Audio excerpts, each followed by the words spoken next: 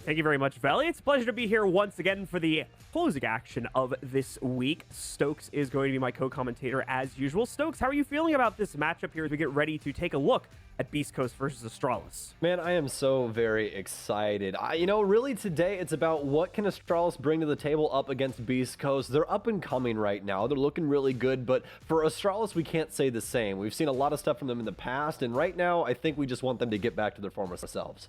Absolutely the case. Unfortunately, it was a lackluster performance coming out from them last week, specifically with regards to their attacking strategies. A lot of stagnation on Villa trying to work their way into the sites, and while they didn't have much of an issue getting an initial staging ground to work off of, past that point, it was a rough time for the Astralis roster. So we're going to have to hope they can rebound today. As far as our community poll is concerned, we've got a usual question to throw at you guys here. Young Alec and J90 have both had big moments this stage, despite their losses. Who's going to lead their team on the scoreboard today, however, between Young Alec from Beast Coast and J90 from Astralis? Go ahead and submit your vote, whether it's here in the Twitch chat or over on our Twitter account at R6esportsNA. While you're at it, feel free to leave a follow on our other social accounts as well, such as our Instagram, which we recently set up with the same @tag. You can be kept up to date on all of the North American Rainbow Six action that is going on across the league.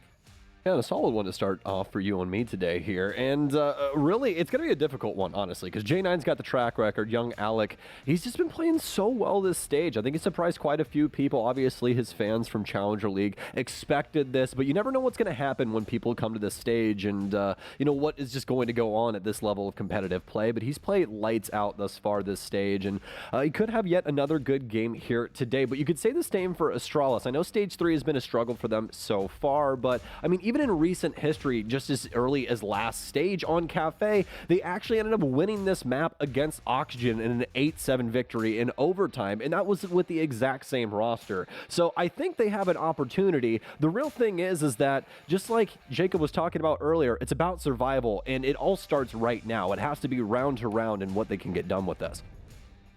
I am going to be cautiously optimistic about the potential to come out from Astralis on the inside of this map. I think that they are going to bring a very strong strategy to the table. We'll really have to wait and see how the attacks go, and thankfully, we're not going to have to wait long as they start out on that side. Thatcher's going to be our first ban, and it's a pick from Beast Coast to get rid of that, so no surprises there. Nomad being banned out by Astralis as well, not going to be too much of a far cry from what we have seen in past maps there. Nomad can be incredibly useful for anti-roam utility to fend off those late pushes that might come from the defenders, so getting rid of that is going to make that not an option. Mira, once again, falling in line pretty much with what we've been seeing over the past few months, and in Mira's case, years, quite often. Yeah, I really expected the Mirror ban here. I expected a Flores ban to come through on the offense as well, as both of these teams had previously prioritized that on Kafe, but Flores is actually going to make it through, so it could be another key piece that we could see come into the fold for the offense. Valkyrie will be removed on the defensive end, so get rid of a couple of those cameras, make things a little bit softer in the info department for Astralis to try and push through. Beast Coast is not going to be starting in the default spot. They'll be headed downstairs, but we've got some other stuff to talk about as well, because, well, Astralis, they're not going to be going too far away from what they were playing previously. They actually have a 100% play rate with Lion as well as Yana, Habana, and Sledge for their offensive lineup, so they're going to be keeping a couple of those pieces, but they're going to be adding Finka into the mix with her recent buff. Let's take a look here once again and see what type of strategy we're going to get coming up onto the table here now as we'll be heading down into the kitchen and service defense from Beast Coast. Nothing too crazy coming out as far as the operator picks are concerned for this defensive lineup. Main thing it's going to be missing for this is to be something such as like a Goyo for those extra shields to be thrown out, but that's not required in this situation, in my opinion, by any means. They've instead brought in some different forms of utility, most notably bringing the Echo into the fold here for the potential denial in the couple of seconds if the two teams end up getting split up from each other, as so often happens if Astralis goes for that hatch drop along with the VIP push that causes that split to come to bear. We'll see in a few moments though how this all comes out, as Astralis will need to do plenty of work to clear that out. Both the Finka and the Lion in play means that there's a lot of utility to use here and a lot of aggressive potential to come from Astralis' game plan. So let's see how exactly they're going to play it, whether it'll be a direct contestation on the horizontal side or if they're going to work their way top to bottom as we are used to seeing teams do here. And some other interesting stuff here for Beast Coast as well. Besides Cafe, Bank, and Coastline, which each have 1 play, the only other map that Beast Coast has played is Chalet with 6 plays. So this is going to be their 2nd time going to a map here, or doubling up on one, rather. And Cafe is actually the only other map that they have a win on up against XSET. So it's going to be interesting to see what they can get done here. They have pretty positive win rates on both sides of the coin on this map, so should be pretty easy no matter what side they start off on, just statistics-wise. But again, it's up to Astralis and what they can possibly do here. They're going to be starting off on this top floor clear, and this should be pretty simplistic. Beast Coast will be holding things up around the white stairs just to try and limit Astralis or delay a little bit of this intel going further into the round. Pretty slow rolling affair so far for both of our teams here, but Astralis is going to try to speed that up a little bit over the next few moments here, specifically with this contest. That is nearly going to go down over towards the white stairs. Young Alec was at the 2nd floor transition, but has moved back down because there is going to be additional pressure coming in from Garage as well. Retro with the pre-fire angle to find Alex, executes him as he tries to work his way all the way back down towards the bottom floor. That opens up a clean pathway for the other 2 members of Astralis that are working their way down white right now. A lot of progress already made from this attack, and we're still under halfway through the round. It's been a great pinch so far from Astralis. They wanted to deal with Freezer. I know that the VIP position is here, but since Beast Coast have these players around white, they're able to just pinch from both sides.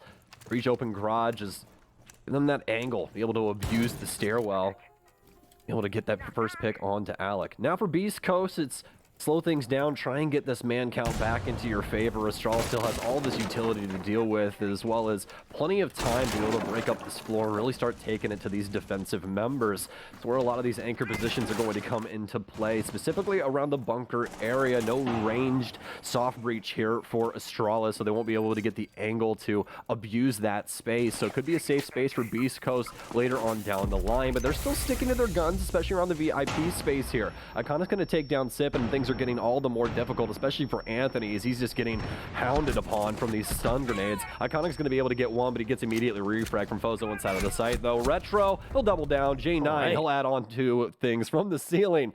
And Astralis, they'll take their first round, and I'm already going to call it, John. They're looking a little different. They're looking a little different. If that is even a stark indicator of what we had in comparison from last week, if we're going to see any form of consistency on that play right there coming from Astralis, this is already a massive improvement from their play last week. So great stuff coming out from them. Time to see if they can continue it, as obviously that didn't go too well for Beast Coast. So they're not going to reattempt the same thing down on the first floor. They lost far too much of the map far too quickly. At a minute and a half, Astralis already pretty much had what they needed to execute, so they're going to try going for the 3rd floor hold instead. Let's see how this is going to change things up, as in terms of play style, this one will be a little bit different. Beast Coast will basically be right next to Astralis the entire time during this round, and will have to try their best to delay them from getting those couple crucial steps forward that, while they're difficult for Astralis to make, once they're done, the rest of the attack will be much, much easier. Yeah, I think as of right now, Beast Coast just need to drop anything that's going to be super cheesy. Because the stairwell thing was a little bit of cheese. I'm just going to put that out there. As for Astralis, it was very simple for them to counteract that. We all saw it. I mean, it was very easy to just bust open the garage, hold the angle, and wait for anybody to rotate down. Already had the pressure coming in from the top, and there really wasn't anything else for the Beast Coast members to exactly do. They can try and escape to the 2nd floor, but they're more than likely going to die from the other Astralis members that'll be in that space shortly. So it's just difficult for them inside of that area. And it works for Beast Coast for a time, but once Astralis are able to grasp a hold of all of the other, odds and ends that they really need, there's nothing really for the BC team to do. So anyways, for Astralis, it's looking really solid right now. I think that it was a little bit simplistic for them early, so yeah, I think that they're definitely playing a lot better as a team, and that's really why I'm excited to see what they're going to do for the rest of this offensive half. But I still think there's a couple of things that we need to see them go through before we're really like, oh yeah, these guys have changed up so much here. And Cafe is definitely going to be that test here. We talk about this map all the time and how you have to use your utility to try and fight up against this defense with how things are set up. And well, Astralis are starting off strong again. This time it's going to be on to Jay. 0-2 right now for him, and for some reason, a smoke caught off guard in a place that he just shouldn't be. 2-0 on the entry game now for Astralis as well, at least as far as initial kills are concerned, and we're going to improve that even further now. Retro, okay, a little bit greedy from him as he tries to go back in against Sip, and when those initial pre-fires do not make the connection, will lead to him being traded out, but not a massive loss at this point in the round for Astralis, seeing as they still have a 4v3 in their favor. 5v3 obviously would have been much better to work things out, but major loss there is going to be the utility more than anything. Those additional EE1D charges that could have come out from Retro. certainly what will be missed more instead of his body in that specific situation. Beast Coast now going to take a quiet moment to themselves as well. A few players still roaming out and about, specifically Anthony downstairs. He could very much become the make or break player in the inside of this round now because of his outset position. Whereas the other two on Beast Coast more than likely going to be well secured near the site and have to play into those positions to the best of their capability. We can see one of them set up now from Sippin Fozo as well, back over towards Cocktail. He'll be the one more than likely directly challenging the push when it finally comes through for Astralis. So he's the important one to look for when it comes to the initial contact. However, the hesitation that's coming out now from Astralis is also allowing for players like Sippin to push forward a bit more. Anthony, who's rejoined the fight on the third floor, is also starting to put pressure down Whitehall. Astralis still trying to figure out what they want to do with the advantage that they currently have. Obviously, the man advantage, the biggest thing playing into this, but they were looking towards the skylight for a moment there, but now it could seem that a heaven play could be coming in soon. You can see Iconic still working the windows here towards the Cocktail side as well, and a frag grenade going to pour in from J9. Just adopted that a little while ago, but the refrag starting to come through. It'll knock itself down to a 2 versus 2 here with 30 seconds remaining, but Shuttle's got great positioning here inside of Cocktail. He's got the case as well, so could plant this at any moment, but he's going to start motioning towards bar. They know someone's inside at Christmas. The easy shots, but he's going to miss a couple crucial ones. Sippin will stay alive. J9 with the overwatch, but it's more towards Freezer right now, and Shuttle's going to take quite a bit of damage. Oh, almost a little bit too much heat. He'll actually get taken out from Sippin as he tries to challenge. It'll be a triple for him on the round, and now J9 inside of the clutch. Can he get it done? Getting tracked on the bulletproof, and it's simple for Sippin yet again. Finds yet another angle, and no one aware of what's going on, and Beast Coast fire back on the top floor. Some great late round aggression coming out there inside of the 2v2 from Sippin, as well as his other teammates still alive in that situation there. Beast Coast worked the positioning that they have, although it was limited, very, very well for themselves and put Astralis into an awkward out in the open position towards the site. Unfortunately, their first plant attempt is not as supported as well as they would have liked. You can see damage going out onto that planter, and then over a period of about 20 seconds or so, Beast Coast just slowly bleed those players out and find them in exposed positions where they can take them down. Excellent work there, not to just say consistent on the site, yes, but unfortunately a little bit easy to read, which would have allowed for Astralis to potentially make a straightforward execute. That did not happen. Beast Coast instead take the aggressive foot forward, take the play to Astralis, and are able to win it out there. I like how we got to that limbo period there for Astralis, and they tried to make some adjustments, right, to make that play work for them. They end up adjusting a couple of players across the board and get some really crucial picks, but Beast Coast are able to fight back in that time. I think that's the biggest thing there for me that was highlighted in that round, is that Astralis giving Beast Coast time there was the killer. They're able to make their adjustments on their side and get in some very key defensive positions, and also some key shots from Shuttle missed. I mean, if he takes out Sippin in that first fight, that round goes completely differently. So a couple of things that Astralis probably want back, but still a long road ahead of them for this defensive side. As for Beast Coast, they're going to be showing a similar face, rather, but this time they're going to be holding that mid-floor for reading as well as dining. Still going to have the usual cast of characters that we see on the defense as well, but we're going to have the Echo in yet again here, because I do believe that we had him the last round as well. He was for sure on the first round. I know. Oh, it was the first one. Okay. Uncertain if we had him carried over. It, you know. Yeah, definitely a possibility they could have had the second, but I will be honest, and I did not pay super close attention to the defending operators there, so won't be able to remember too well. Either way, though, Beast Coast bring it back for their third attempt to defend things, and while the second has gone well for them, we need to see how a second floor defense is going to potentially break their own defensive mold here and force even more out of this Beast Coast roster. Has been doing quite well over the past few weeks. I'll not necessarily say the same for Astralis, who specifically last week struggled to a major degree on their attack, seemed to be already making improvements based on the performance back in round one, but now as well, while things started out fine in the second round, some issues losing players as they continue to put pressure in from the rappel, and then other issues on the site plague them, which stopped them from playing a second consecutive round, and now they're going to look for it here instead, but they're having issue clearing out this extended hold up on the third floor right now from BC. The good news right now for Astralis is that they've kept Retro alive. They lost him very early the last time, and that could have been a reason as to why the play ended up breaking down in the way that it did. Didn't have access to those EE1Ds that would have limited Beast Coast's potential to rotate around the map. But as for Astralis now, he's a little bit more patient this time. Already halfway through things and starting to crunch on this top floor, but Beast Coast, they're still ready to reside in this area. 3 people here, 2 over towards the freezer hallway, towards Stacks. Holding this white door for a time. Astralis not truthfully going for anything just yet. Patience, these Beast Coast members. I'm going to start off popping off now. It's going to be sipping in behind the shield here for Cocktail. He's going to get dusted early as J9 able to get a kill in from heaven as well. And this is all going to go so very wrong for Beast Coast. So finally, Bozo's able to get one, but Iconic, he'll hop in through Hell Door and get one inside of sight. Anthony, he'll be able to refrag, but not before Shuttle's able to take him down as well. And it's a 1 versus 3 for Jay.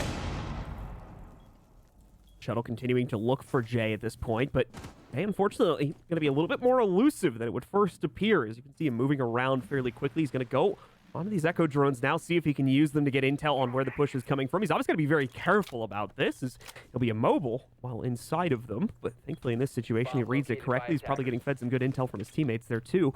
He's able to avoid death from the corner. The E1D charge. This is where it gets very difficult for him. They're going to catch his movement for short. They'll know. He'll shift himself over towards the white stairs spot. But there we go. First interrupt going out against the plant. This is where the preset on the Echo drones pays off. But not if Iconic is going to swing out and instantly headshot him again, as Iconic will save the day here from Astralis instead and allow them to claim a second round. You know, I've been respecting the spear picks for a lot of the Finkas that we've been seeing, but the LMG, just time and time again, just seems to be the gun when you use that character. You know, just being able to have no recoil in over 100 rounds, that just doesn't seem like you wouldn't want to go with anything else. It's like a match made in heaven. Iconic's been using it to a T today, and he's going to get yet another one there at the end of the round. Astralis starting to come back to form, all things considered, as the team play seems to be in full today. Not losing players early and really able to abuse these picks, especially their team plays they've had on that top floor and the executes that they've had up against these Beast Coast members. It's been too hot to handle for a time.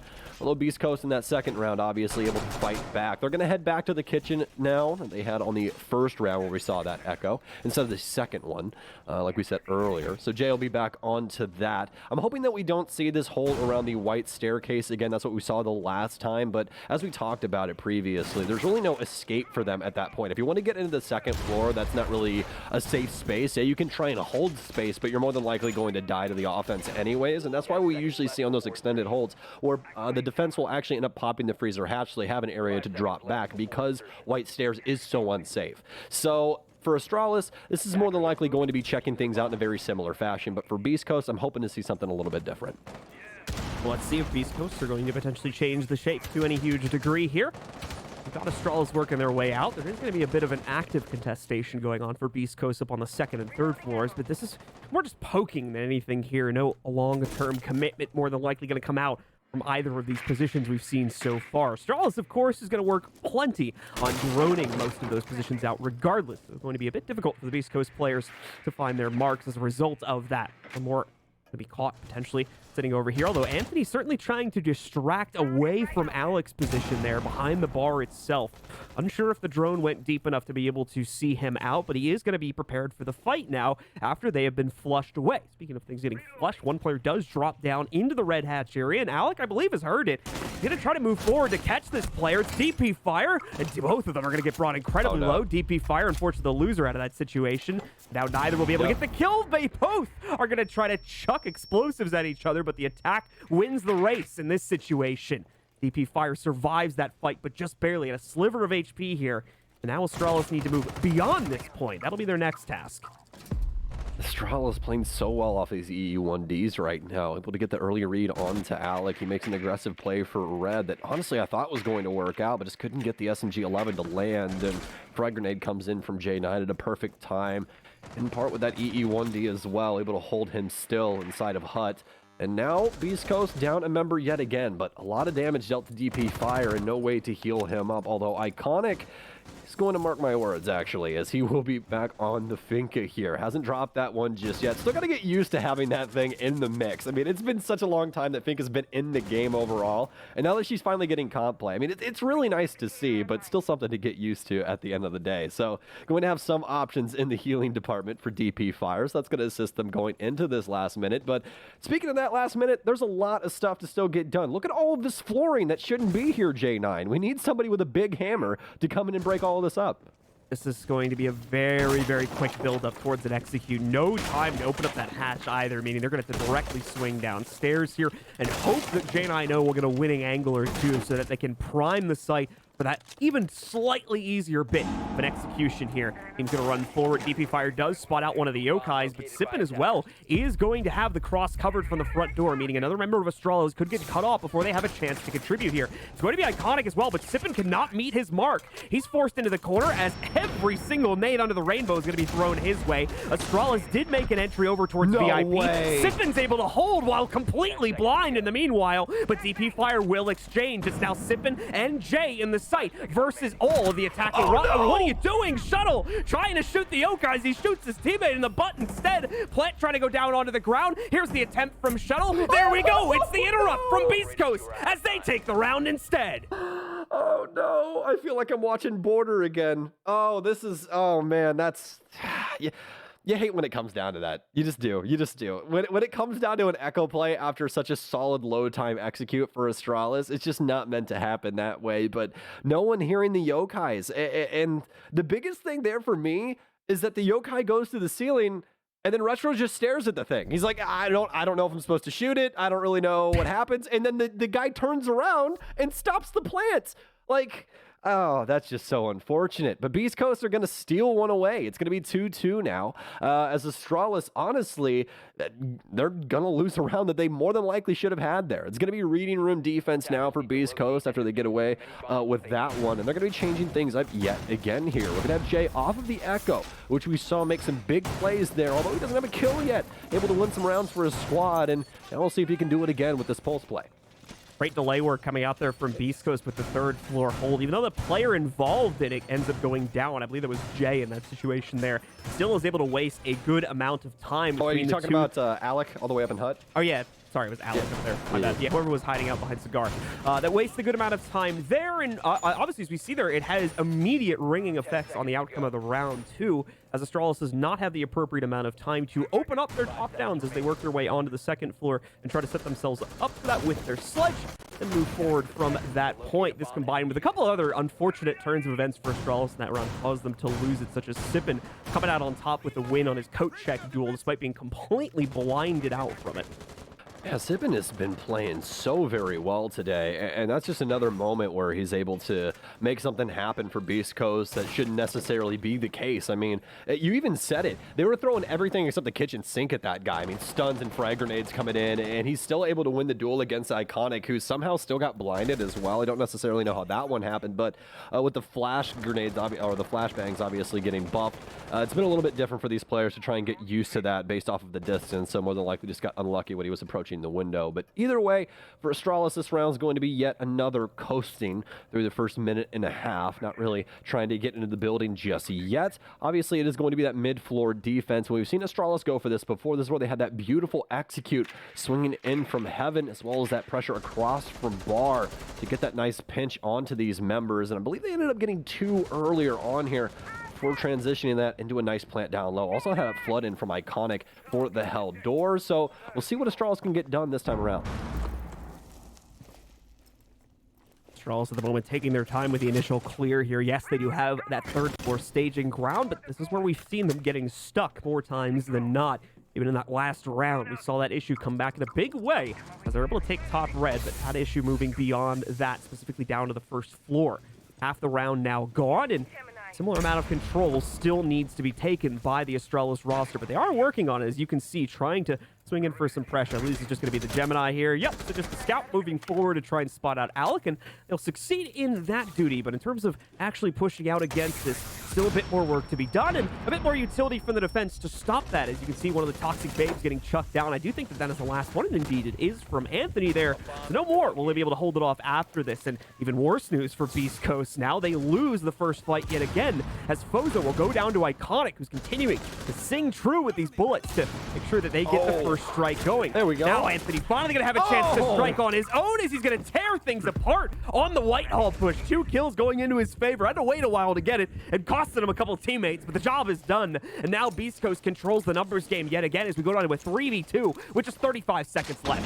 Well, if you're going to bait, win. That's the biggest thing. The M590 with 2 big kills there. But Iconic's still going to get the equalizer. He has been on another level today, currently 7-3. But you can say the same about Sippin, 7-2 right now. This is going to be a battle of the MVPs. Frag Grenade in for Iconic. He knows someone's deep inside of Raiding, but he's aware of the player inside of Laundry. That's the biggest thing. The game sense got to be top tier here. And he gets ahead of Sippin. It's a triple for him on the round. And now Anthony, he's got the drop and the case. The M590, so dangerous in these close positions. And it's going to be a quad. He only needs 4 shells to get it done, and that's going to send Astralis down into the loser side of this cafe. Round 6 up next as Beast Coast takes the lead.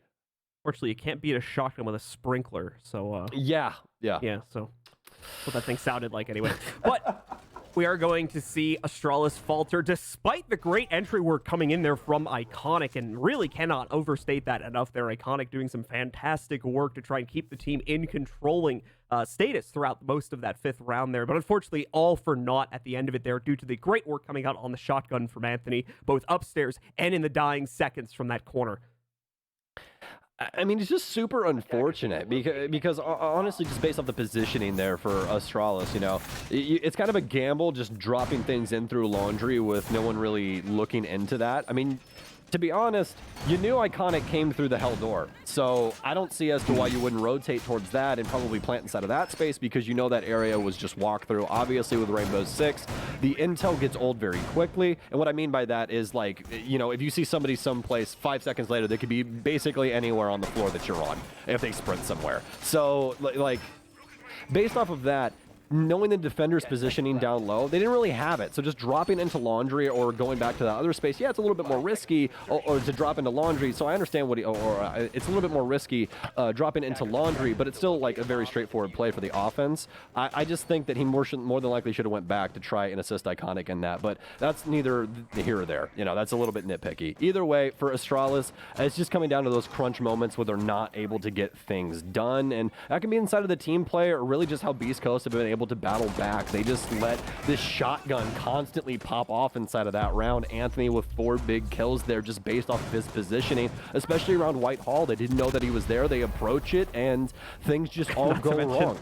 They kill like 2 other people in Whitehall before they even find him as well. So they're exactly. Probably thinking like, so oh, there's not like, going to be a 3rd person here, right? Yeah, like, exactly. So I'm trying to soften this blow as much as I can, but it's also just like, you guys have drones, and you also have Yana for most of these rounds. So I would like to see a little bit more use in this so they don't get abused in these angles. Oh, pretty quiet beginning to the 6th round here as Astralis is still trying to build up the confidence to go for their opening red drop here. In fact, oh, never mind. I thought this was Gemini. It's actually DP Fire. So DP Fire has actually taken some control, but he is the only one at the moment in here. Always that, you know, the duality of Yana, I guess, is it really her or is it just the Gemini? But I always think that whenever I see a Gemini as well, I'm like, what if it was actually her? I don't think we can't tell from this top-down view, I'm pretty sure, so there's no way to tell the difference. I think the only way you're able to tell the difference is if it has the name above it? Question mark?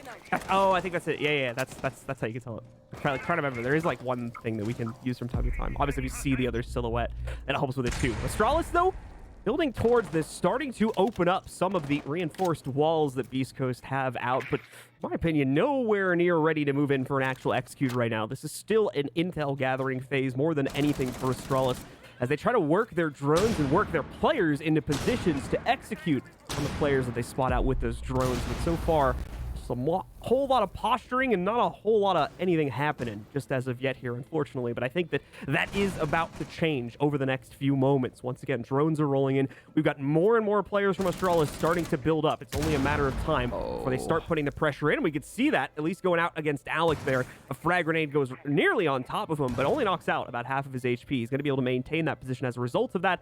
And unfortunately for the attackers here, only 1 frag remains, unless DP Fire has one here outside of his Gemini. I'm happy that they got Jay out of Freezer, but Alex just in a death box now. The biggest thing is, though, is that they really need to hold on to this space because of the angle that they've created for Trash. You can see Iconic trying to play with that right now as well, but since Trenchler's got the cross inside of here, when Alex tries to make the play forward, he's going to lose his life. And now it's going to be Freezer gone. No one will more than likely be allowed to go back in there, but we'll see what they're able to get done. Sippin will fire back with the low timer. They're going to need this plant to go. That means Astralis has to hop too. Sippin, he'll be able to get 2, but not before Iconic. Oh no, he'll flood White Hall, and he just makes it look so easy. I mean, hey guys, this one right here, it's sponsored by AIM Labs. It's a triple kill for Iconic, and what a shot it was. Cleaning it all up on white stairs, making it look a heck of a lot more bloody.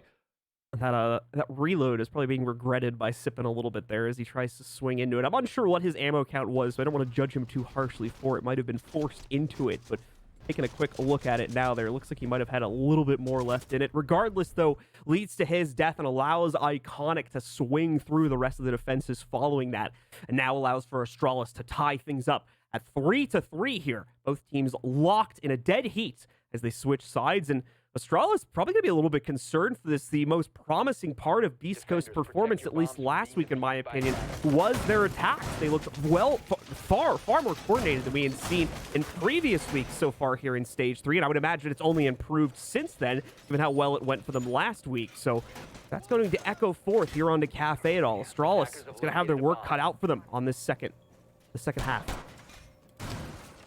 In the second half, yeah, as you were saying, we are now there, which means we're switching sides, folks. Beast Coast is going to be on offense now. Astralis will be on defense. We got some new things to talk about, and we already have some new additions here, especially for Beast Coast and what they'll be bringing to the table. We're going to have a couple of things that obviously Astralis was doing. We'll have the line brought back into play, which Astralis actually ended up using pretty well. I think there was a couple of missed rounds, missed opportunities, especially the rounds where Retro got picked very early on. They could have got some more out of it, but besides that, I still think it's a great addition here for clearing out Kafe, and it's a perfect reason for Beast Coast to be using it as well, although they're going to be going with some extra range soft breach in their department here for that, so they're not only going to have Anthony for the soft breach, and that's going to open up a couple of different angles when they do end up attacking the kitchen, but that's just not going to play into this round. Besides that, obviously the concussions are going to be able to assist, and Sippin will be able to help inside of the frag department as well, getting rid of a couple of those shields and all of the other tidbits of utility that Astralis has laying around. It's going to be that top floor defense, folks, and yeah, we're going to have a couple of interesting things here as well, especially with Shuttle coming in on that alibi.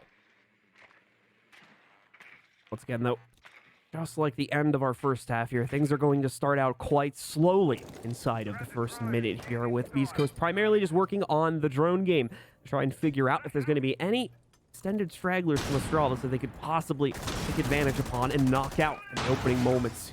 I already see a lot of that pressure being put specifically onto DP Fire here, as he loses any bit of deployable shield that might have been here previously, and now just has the open wall. J9O as well, dodging the Gemini as it hops in front of him. He's going to just avoid getting spotted by that so he can maintain this front position over here by the bar. East Coast, in the meanwhile, here just now starting to build up the confidence to venture out from their red drop. That, along with Cigar, will give them the staging ground they need to push forward, but as we saw in the last round as well, they're probably going to spend another good 30-45 seconds of this remaining time here on their drones, so they're absolutely sure of the setup before they commit to an execute. Very similar pages being pulled from these books right now. I'm telling you, Beast Coast are looking very, very close to what we were seeing from Astralis on these rounds. This top floor clear, starting to get down to the last minute here as they're looking to clear out these shields as well as ADSs, and now Astralis starting to feel the same heat that they were giving to this squad in previous rounds. They're both going to drop down the laundry hatch, though, instead of lose the lives like we saw for Beast Coast, and they'll be able to fire back from down low. It's going to be a huge nitro cell for Iconic. He'll take down one, but you might as well mark it down as two, as Sippin very low on HP. And speaking of low, well, oh no, the man count for Astralis, it's looking pretty high, but for Beast Coast, not so much. Same for the drone count here, as they've lost quite a few of those, and that's not been able to play too much into this. But finally, Beast Coast are looking to reconcile with this situation, but it's all going to be for naught. They simply just trying to hop into sight and find these gunfights, and really nothing going for them. It's all Astralis on the mid floor. Really seems like they were trying to follow like a chain of their drone intel more than anything there, especially towards the end of it. And unfortunately, it led, whether they realized it or not, into a tunnel vision situation where they're just funneling into the defense at the end of it there. And you can kind of see that as, like you mentioned, in the dying seconds of the round. They only had like 2 or 3 drones left by the end of it there. So bleeding out quite a bit of that to try and figure out what Astralis were doing in the first place, only to walk into arguably an even greater setup, not fully realizing how put together it might have been. Yeah, I don't like the answer there at all. I don't think that was the play when it came down to them losing that member and just having the one very injured Zofia. You don't get kill hungry and try and run in there, because you're more than likely going to run into a setup, and that's exactly what they did. Astralis had all the angles covered, and there's not really anything you can do. You're walking into an area that you have 0 intel on any of the positioning of any of the defensive members. And, well, here's the thing. They kind of are the people that set up all the angles, so they're probably going to be better in that area. I'm just saying. Like, it might be just a little bit of a home field advantage. So for Beast Coast, it's not going to work out for them. And and now they're going to go down for one of the very first times here on Kafe. And honestly, a pretty unfortunate game so far for Alec, is he's just looking worse for wear. Currently 1-7-2. It's not the best day on the field, but there's still a few rounds where we could see him and some of the other members of Beast Coast rebound. Jay as well struggling at 0-6 currently. Sippin continues to excel for the team, along with Anthony there, at 9-5 and 6-5 respectively. This is oftentimes a big issue that's been plaguing Beast Coast, and to me is still their biggest issue, is the individual inconsistency that tends to pop up on a match-to-match basis, and unfortunately has continued to be an issue for me, at least, inside of Stage 3 here. Start of the round, though, we are going to see them start things off with a little bit of pressure into small bake. It's already been spotted, though, specifically by the Cade here. Shuttle is going to keep a close watch on that. The Gemini won't get very far, but Shuttle's going to watch out. Now he's going to paint a target on his back by taking that drone down, and you could already see a few more scouting out the area surrounding him for a potential pinch against this player. They don't even have to pinch him because of the defensive setup either. That's the thing. All they need is one grenade to roll in here, and he's more than likely going to die because there's nothing to try and prevent it. So we'll see what ends up going down inside of coat check, but that's going to be risky for him to play here just for a little bit. But you can see that this is a much more advanced setup here from Astralis, as they'll be holding onto the mid floor as well. Those are going to pour in some stuns as well as a concussion here. They're just simply going to try and flood in through this space. We'll have to see. It's going to be a Grismon, and Iconic will be able to pick up one, and that's actually going to be the sign of war for Astralis. Right when that Grismon goes off, they immediately hop into the space. They'll take out two inside of the lobby area. Now Alec and Sippin both down. Beast Coast, no options. Especially in the soft breach department, they've switched out Anthony off of the sledge. He's onto a Twitch now. They have Jay and Fozo remaining, but that's only going to be Habana as well as Lion. So we'll have to try and make good on these EE1Ds. As Fozo will hop inside. They'll be able to take down Shuttle. They'll claim some space inside of this area, but here's the issue, John. Astralis has control of the entire mid floor. Very, very true, and we can already see them abusing that a little bit here as the Ella shotgun is going to try and open up a little bit of top-down control. Actually, sorry, it's not the Ella shotgun, it's someone else's. I just panned over for a second as we were doing that, but either way, Ella is manning the top-down levels now, keeping an eye on this potential push, as Fozo is going to be stuck at coat check, primarily as a direct result of those angles here, trying to keep watch and more importantly wait this timer out of it to try and force some more rotations, but it's not happening. Astralis are staying stalwart in their current positions. They know they have the majority of the control they need to win this out, and better yet, they still have an additional player over Beast Coast in this situation too. So they can continue to weight things down. DP Fire, they're going to get flashed out. That's the opening that Beast Coast maybe needed to work their way in, but J9O already putting these players down as they try to breach the veil, and it's just not going to work. Astralis do it again as they find themselves another successful defensive round here in the second half. Very well done from Astralis there, you know, especially with the way that Beast Coast read that. It's all a bait for that player right inside of coat check. I mean, it's so simplistic for Beast Coast to just look at that and simply want that succulent treat. They're like, oh, no ADSs, it's a Kaid, it's going to be so easy. Just stun grenade, concuss, and just run at him. It's going to be fine. And then you get Grismodded, and, you know, Ella just practically spawns next to you, and you lose two people. So, you know, for Beast Coast, it's just, you really can't get too much done when you have an opener like that. I mean, this is Rainbow Six Siege at the end of the day. When it's a 3v5, you are never supposed to win that. And when you do, it's a decently rare occasion. So we're going to see a timeout here from Beast Coast as they try and figure out how to make this offensive work. Very, very true indeed. Unfortunately, the coat check challenges in general have just not been working out for either team here today, as they've been plagued with issues of players winning fights inside of coat check that normally would not end up going the defender's way due to the amount of pressure coming out against that specific player. I already see one change up for the Beast Coast roster as they're getting ready for their timeout to end here. They are going to bring a Jackal potentially into the play. Now, this is pre-6 pick, so it could go away, but I think that that's an interesting change-up if we're going to see it stick, which we won't, I think, as that's going to go back to a Zofia pretty quickly as the pause is actually taken away. So no fun things coming out here for Beast Coast, but just going to be sticking to their guns. We'll have a 6 pick come in for the defense, so we'll have at least one here inside of this round. It'll be the Mute instead of the Clash, and either way, that makes sense for Bar Cocktail. I mean, you can bring the Clash, you can bring the Mute, but obviously Mute having some changes recently, so he's not going to be able to defend those walls in such a strong way as he used to previously. So we'll have to see what they want to do with these Mute jammers and their placement. Might have to double up on some walls and things like that, but either way, looks like Astralis will be going for the Goyo setup inside of the bathroom space. to see what they want to do with that overall here, if they're going to try and add anything else to the mix. Obviously, they're not going to be bringing the Aruni gates. They'll be bringing Jaeger and Wamai instead. That extra mitigation to try and fend off the nade spam that will more than likely come out from Beast Coast at some point during this round. We already saw it, I think, on the first attack that Beast Coast made here, trying to dump the nades in and overwhelm a couple of the players from Astralis, but unfortunately it was not always the easiest task due to the specific mitigation that had been set up. A couple top-down angles going to be aligned here as well for some additional defensive options for Astralis to use, whether it's from the top or down below. More likely going to be down below, as this room is usually lost for the defenders relatively quickly. We'll see how long that Astralis can hold at those. They've got both of the deployable shields extended out here, both in the corner as well as over towards the bathroom itself. So lots of play potential for Astralis here, and that will continue for Iconic as well, though Iconic, yeah, you got to get the heck out of there, my man. Staying around just for a bit too long. Tries to timing the Nitro cell on what would have been the second sledge swing, but is a little bit off of that, although it is a valiant attempt. The advanced rat strats, you know, just trying to get these picks early here with the Nitro cells. That's like the worst feeling when you're playing Sledge on this map as well. I'm always so scared when I go to get those hatches, just waiting for someone to try and blow me up. But either way, looks like Astralis are going to be setting up some pretty interesting deployable shields, especially around this white stairs area. That's going to deny the angle outside for the AC unit you can jump up on, so it's going to make white halls a little bit easier for Astralis to play, all except for obviously the white hall window if anybody were to try and pick that up. For Beast Coast, though, they're not really doing too much with that space. It's only going to be sipping across on the east-hand side. It's going to be the rest of the unit over towards Christmas and trying to identify what's going on inside of this space. That's going to be up to Alec, as well as something I just wanted to notate, guys. We're, what, halfway through this round right now? Let's look at the drone economy right now for Beast Coast. Why don't we? We already lost 3 on Fozo and Alec. We lost both of Anthony's, and we lost one of Sippin's. This is the biggest thing right now. I noticed this inside of the last round. I just wanted to see if it was going to continue. They have time and time again just thrown these drones to the wind, and it's just allowed Astralis to be able to get so much done inside of this last minute.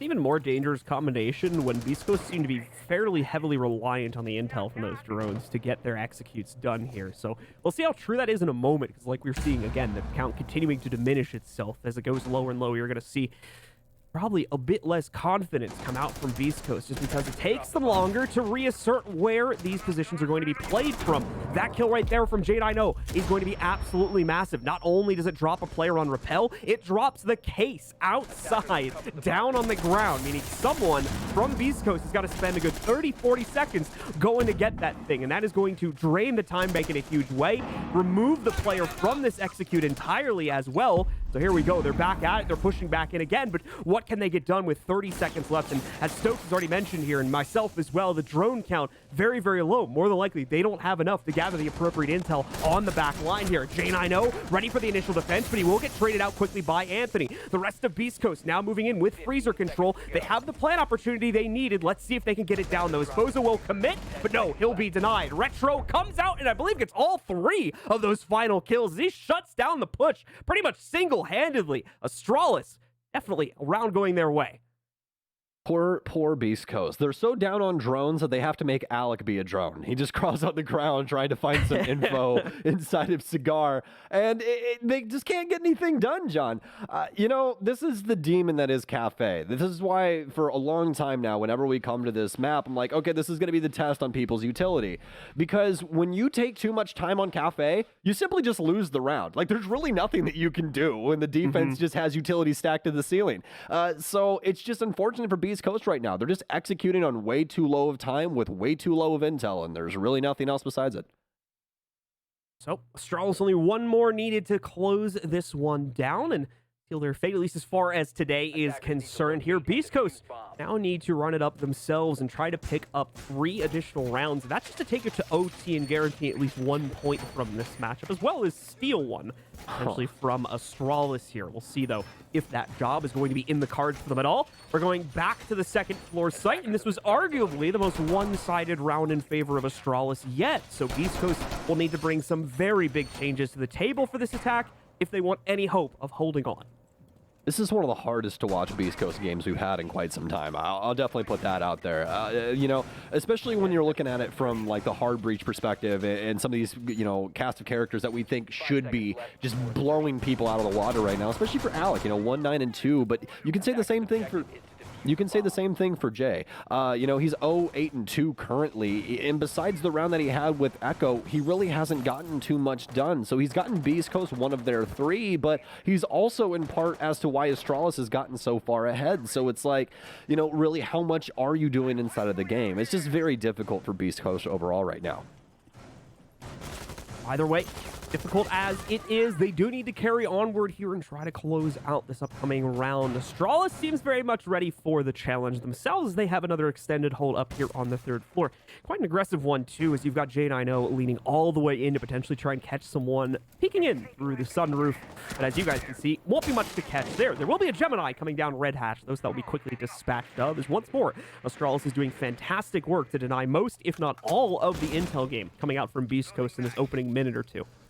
This is looking a lot stronger already for Alec especially. They're already starting to play through these drones a lot more, and that's what we like to see. And a big pick going to come through here as well for Sippin. These tracks starting to work out, and what a round to pick it up as well. I was actually going to hate on it just a little bit because, especially with the last round, how it played out for Astralis, why would you need a Jackal? Really nobody doing anything off of site, but this time around, definitely something that's going to get them some early picks here that will hopefully keep them inside of this game. Remember, 1 round away for Astralis and their 3 points and how dire their situation is overall. That's exactly what they want. Looking at the overall standings, halfway through this one now, as Beast Coast have been able to procure their first man advantage on the offensive side. Jackal pick ultimately ends up being a massive boon here. As Stokes was just talking about, Astralis playing so many players out and about, and so many players mobily doing that type of playstyle as well. And yet this Jackal is going to pay itself off in huge spades here. Try and give them the intel they need to win. Unfortunately, it's not going to catch everybody. So we will see a successful push on the 3rd floor, knockout Pozo. That's the back line. That's also the Lion going down. Front line still holding strongly as Alec as well as Sippin find 2 more kills to carry themselves forward towards the site. Retro and DP Fire now all that remain. They're going to try to fend this off here. Retro sneaking back in. He can deny the plant, and he does it, and he escapes back out towards Hell as well. What a bandit play coming in here from Retro.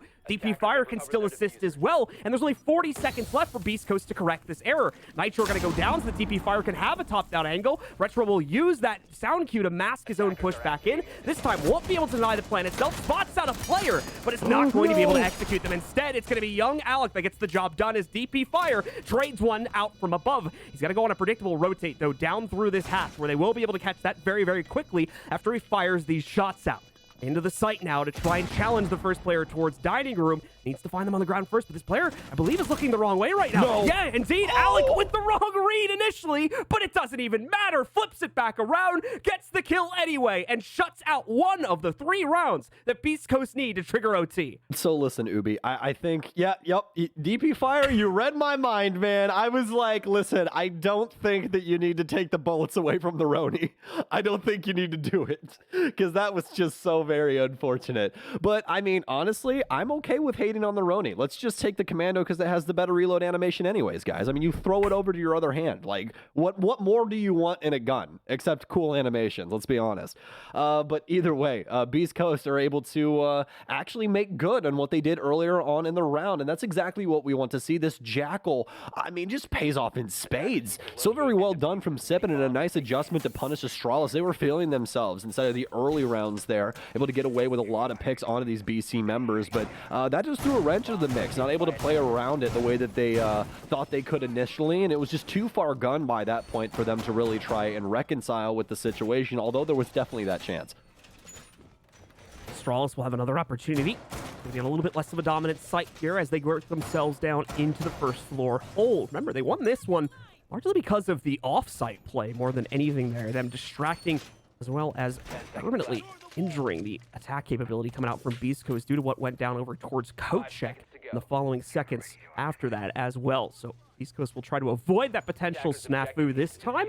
Curious to see if Astralis will commit to the same style of defense. It does seem like things are going to be played a bit more vertically this time, but I'll hold my breath for a few moments to see, as we do have those couple pieces of utility committed, and yeah, Looks like it is going to be the fallback strat from the third floor hold. We actually do have a player inside a code check as well, so they're going to bring more of that to the table. However, I think the upstairs team is going to have a bit more work to do this time based on those repels coming up now from Beast Coast. Yeah, I highly doubt that Beast Coast thinks that Closet is the easy play this time around again, and they're definitely not going to. And they actually ended up adding more utility to that space anyways.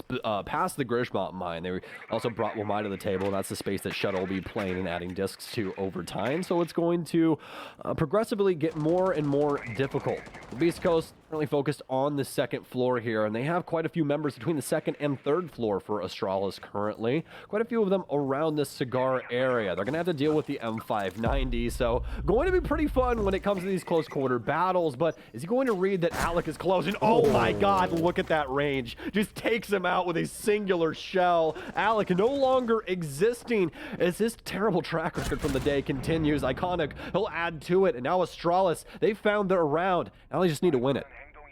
East Coast unfortunately losing control over the intel game there allows for these Astralis members to get aggressive, most notably the light stairs push we see most recently to get in the face of Beast Coast and take down a second player here. They've got to get a handle on this now, otherwise they're going to continue to bleed down players like that and unfortunately leave themselves with a force that realistically cannot close out on this round. Not only are they going to have the numbers disadvantage to deal with now, but Fuzzo and Sippin need to retake control over their case because it is stuck up on the third floor right now. Sippin will get one, but immediately exchanged by Retro, leaving Fozo all by his lonesome over here by the balcony doorway as well as the library door, and he won't be able to survive there for too long. DP Fire gets the finalizing kill, and Astralis come out on top with the win today, as well as 3 points to top it off as they get it done in regulation, 7-4. Iconic, DP Fire, and J9 all had double-digit frags there. Every single one of them, 10 kills or more inside of this game. Astralis warming up. Iconic, 15, DP Fire 10, and J9, 11 frags inside of that one.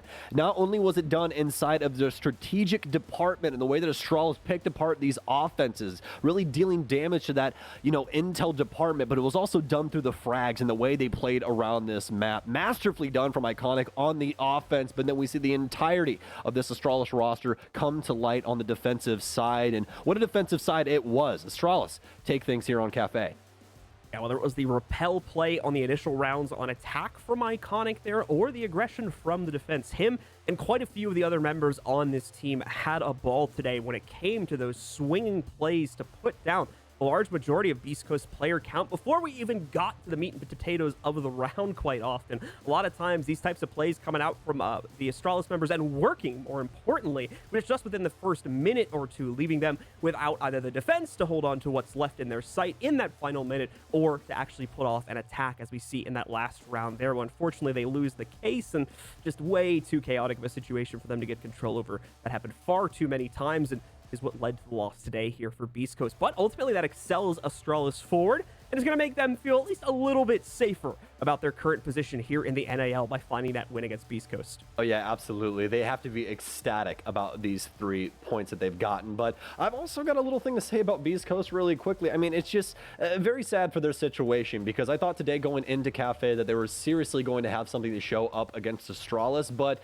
just not enough team play. You can definitely see that inside of the last plays that we saw as well with what happened inside of Cigar. And hey, why are we sending one guy to try and deal with a man with a shotty and a drone? It just doesn't really make any sense. But maybe we have a couple of people on the other end that can make sense, but we got to throw you guys to a break first. So we'll see you guys back at this desk here in just a little while.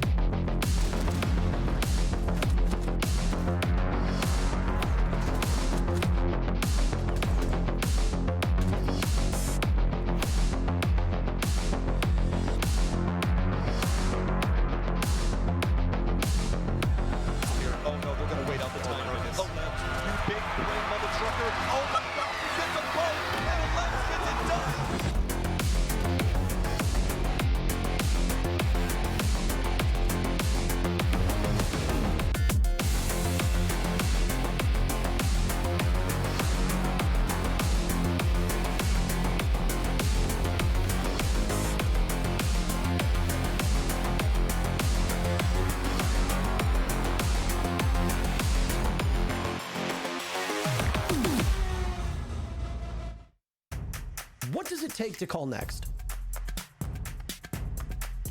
Follow us for a deep dive into the Rainbow Six community, breaking down barriers, taking you behind the scenes, and showing what it means to level up.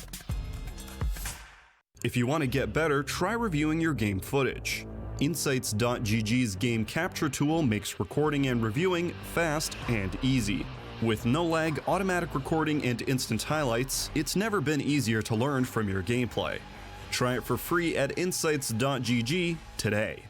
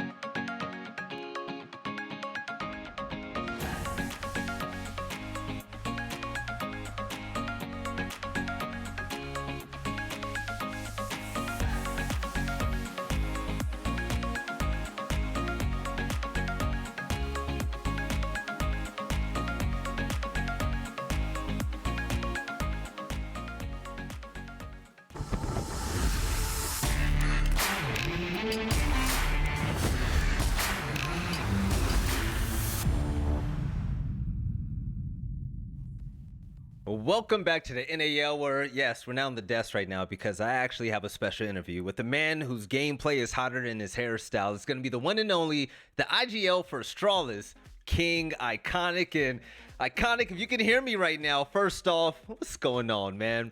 First things first, I have to ask a question. Jesse wanted to know, how did it feel to pop off on Finca? And is that something we're going to see a lot more of with you?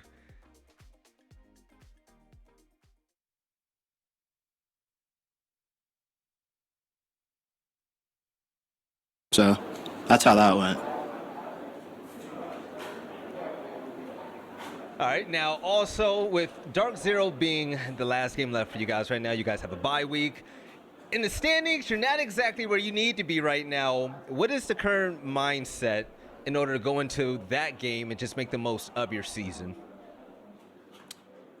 I mean, going into that game, we're just going to be focusing on playing well ourselves because it's been a rough stage for us this whole time.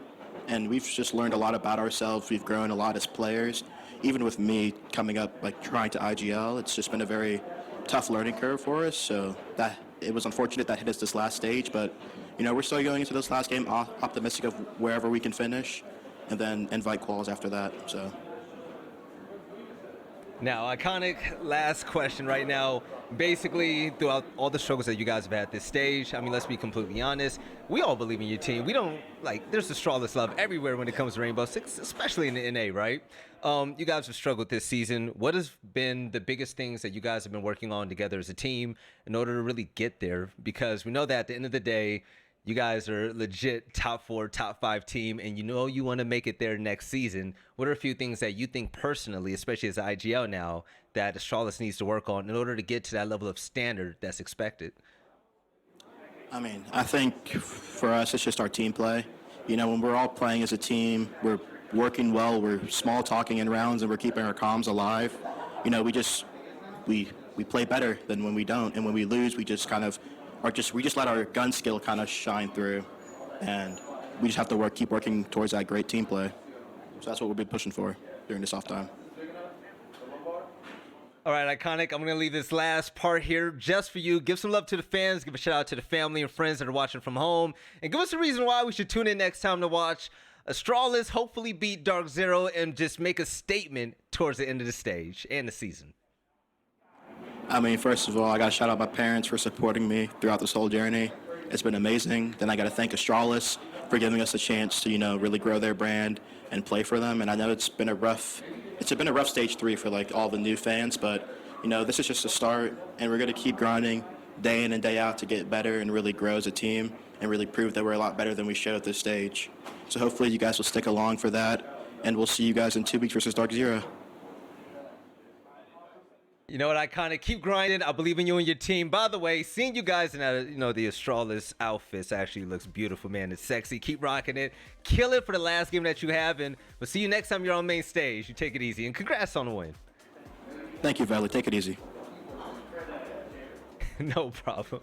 All right, now back to the desk, and let's take a look at the game right now with the replays brought to us by Predator. Fellas, Astralis did it. We betted against them, and they proved all of us wrong as they were able to get the dub against Beast Coast in a good way. We saw great Finca play. And Jesse, Jacob, I just want to hear from you. What did you like about this matchup? It's almost like if we bet against Beast Coast, they win. Like all three of us, literally.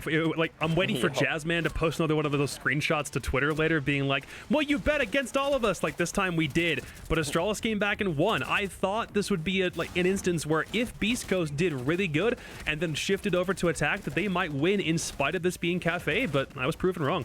Yeah, and I really got to hand it to Astralis. This was a great game for them, especially when they got into that defensive half. Even in that first half, though, Iconic popping off. He had a fantastic game. I think Retro late in some of those defensive rounds also had a huge impact, and we saw a couple more big plays coming in from these players. But, I mean, really, there were some mistakes. I want to point out Shuttle at the very beginning, having a couple of rough moments on attack, but at the end of the day, it doesn't matter. They got the dub, and this team looks so good compared to how they've looked throughout most of the stage. You said there were some mistakes, and hey, listen, we got to do it. We do it to everybody else. Jay with the donut. We got an Owen sighting. It's been a while since we've seen that, but I also want to give some love to Iconic. 15-6, 4-0 when it came to opening kills. Jen, I know right behind him. Fellas, this is the Astralis team that we've really been waiting for. And Jesse, we have to ask, how was Iconic to you this game? I mean, I thought he was lights out, and the way he was able to enter in with that Finka, he touched on it in the interview. I mean, it was amazing. And I really want to touch on the Finka in general, because this is something I tweeted about a couple of days ago after watching some European League and after VOD reviewing a little bit of here in the NAL. We're really seeing Finka's pick rate skyrocket this stage, and it's amazing what the extra explosives have been able to do for Finka. She's, of course, got both of the frag grenades plus the Gon 6, really like a second Yana, right? So a lot of teams are subbing her instead, and they're getting used to the recoil control. You know, that health boost is huge for teams. So Finka's been a game changer for a lot of these entry players that have been trying to move over to her. I know that Merc's been playing a lot of Finka these days. I know that in the last game, we saw Benji Mula from Mirage try it out, and it worked wonders on their Villa matchup. So maybe this is the spark that Astralis needed to get things started and get them back on the right track, because it looked really good today. I love seeing Finka in the meta. Also, I want to point out with stats, because it's not all about the fraggers, by the way. Hey, fellas, Retro 9-4, 91% cost, 2 opening kills. Jacob, Retro showed out today. Yeah, didn't expect this one in the slightest, if I'm completely honest with you. It looks like a lot of what Astralis has done so far has been they've kind of given themselves a code to crack because of their role differences from stages 2 to 3. And then when we moved into this game, I did kind of expect there to be more of the same.